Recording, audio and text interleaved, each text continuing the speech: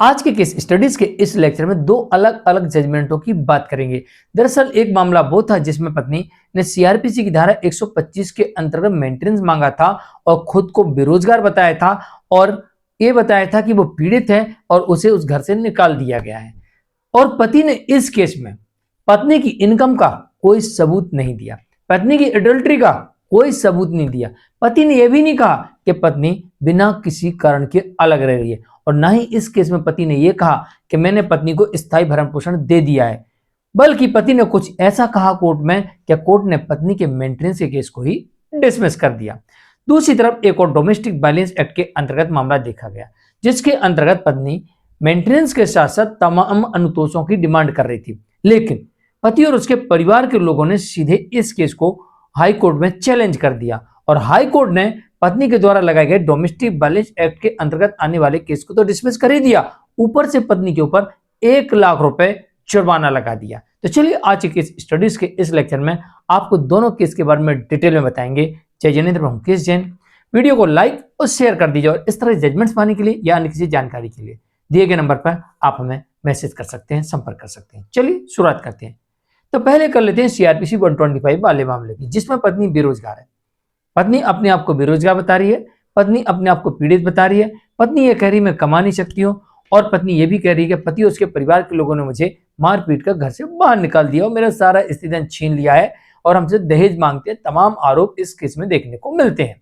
लेकिन पति जब देखता है कि पत्नी ने कहां से केस किया, ना उसका मायका है और जहां वो रह रही वहां किस वजह से रह रही ये भी पत्नी ने नहीं बताया, तो कोर्ट में जाकर पति ने सीधे इस केस को चैलेंज कर दिया और इसमें क्षेत्राधिकार की पिटीशन लगा दी, क्षेत्राधिकार का आवेदन प्रस्तुत कर दिया। जब क्षेत्राधिकार का आवेदन इस केस में प्रस्तुत कर दिया गया तो कोर्ट ने पत्नी से रेसिडेंस के प्रूफ मांगे। एक बात ध्यान रखिएगा, पत्नी भारत के किसी भी कोने से मेंटेनेंस का केस फाइल कर सकती है, डोमेस्टिक वायलेंस का केस फाइल कर सकती है। भारत की कोई भी महिला किसी भी जगह से जहां उसकी मर्जी वहां जाके डोमेस्टिक वायलेंस एक्ट 2005 के अंतर्गत केस फाइल कर सकती है। ये छूट है, लेकिन इसमें कंडीशन है। तो पति ने यहां पर क्षेत्राधिकार के आधार पर चैलेंज कर दिया इस केस को।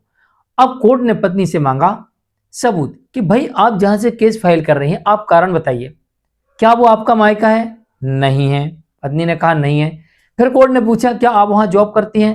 पत्नी कहती नहीं करते हैं। फिर कोर्ट ने उससे पूछा किस कारण से आप वहां रह रहे, कोई रेंट एग्रीमेंट है या क्या? तो पत्नी ने कहा मैं तो अपने मामा के घर गई थी और वहीं रह रही थी, वहीं से हमने केस फाइल कर दिया। तो कोर्ट ने कहा कि मामा के घर से केस फाइल नहीं किया सकता, या तो आपको रेसिडेंस का प्रूफ देना पड़ेगा, या आप किस कारण से वहां रह रही वो बताना पड़ेगा, या फिर वो आपका मायका होना चाहिए। 3 में से कोई भी कंडीशन है तो आपका केस फाइल होगा, अन्यथा नहीं होगा।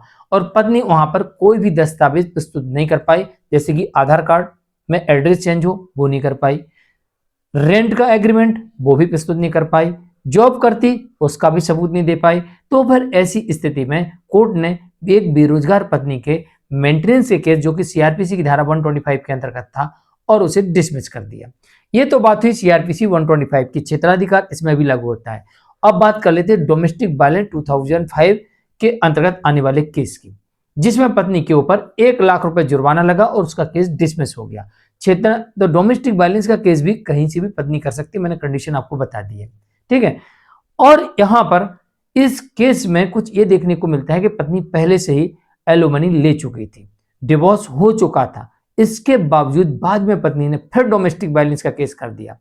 तो कोर्ट ने इसे कानून का दुरुपयोग माना कि आपने मेंटेनेंस ले लिया, एलिमनी ले ली, डिवोर्स हो गया, अब आपने डोमेस्टिक वायलेंस का फिर केस क्यों किया?